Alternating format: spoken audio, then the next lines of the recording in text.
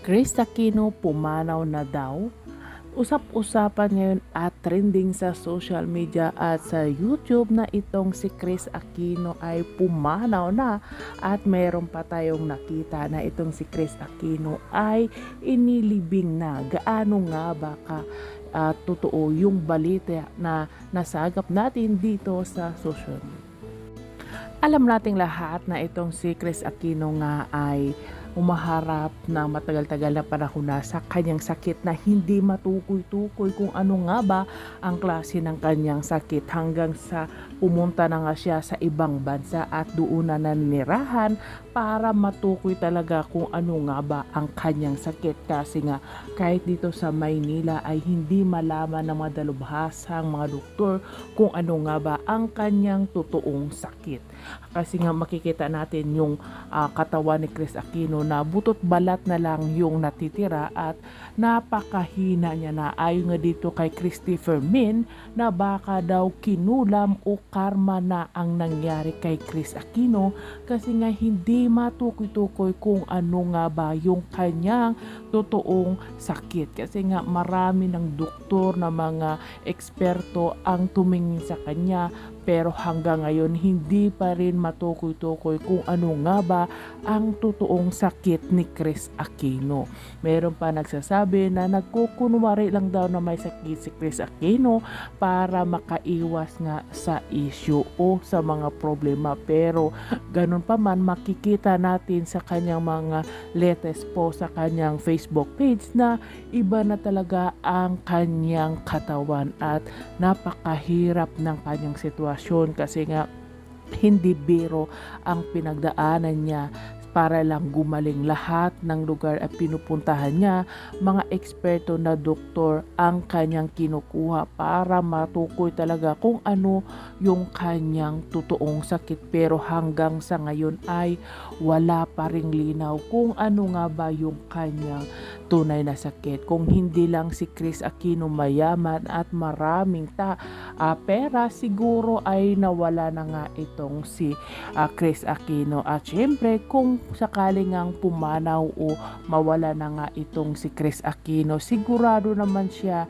na may ihahabilin siya sa kanyang mga anak, at napabalitaan na rin natin na mayroon na siyang last will na ipinagawa o ipinatago sa kanyang abogado para ready na kung sakali nga bang anong mangyari sa kanya. Alam naman natin na yung mga anak ni Chris Aquino yung pinakamahalaga para sa kanya, kaya kahit na napakahirap ng kanyang sitwasyon, lumalaban siya para sa kanyang dalawang anak. Yun lang kanyang buhay, kasi nga sinasabi niya talaga sa social media na yun ang kinukuha na niya ng lakas para lumaban o labanan ang kanyang sakit, yung dalawa niyang anak. Kasi nga nakakaawa yung kanyang dalawang anak, lalo na dito kay Joshua, na alam natin na hindi siya masyado normal katulad kay Bimbi.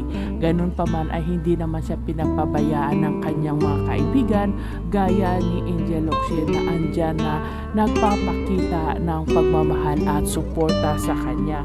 Kasi nga makikita natin din sa mga picture ni Chris Aquino na andun si Angel Locsin na sumasama sa kanya nung dinala siya sa operating room o sa hospital. Dito natin makikita na itong si Angel Locsin ay isa sa mas malapit niyang kaibigan ni Chris Aquino, at hindi naman siya pinapabayaan ng kanyang mga fans, kasi nga kahit ngayon ay hindi siya masyado napopost sa kanyang social media o nag-a-update, marami pa rin yung nagpipray dito kay Chris Aquino na sana'y malampasan niya ang mga pagsubok o kanyang sakit na kinakaharap ngayon.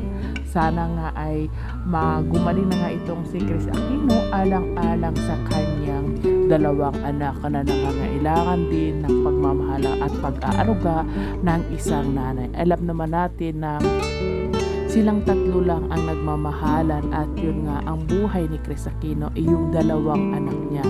Nagtatrabaho siya para sa dalawang anak niya, kahit na alam naman natin na secure na yung future o buhay nila Bimbi at Joshua balang araw, pero Ganun pa man ay hindi pa rin pinapabayaan ni Chris Aquino ang kanyang dalawang anak. Kaya saludo ako dito kay Chris Aquino.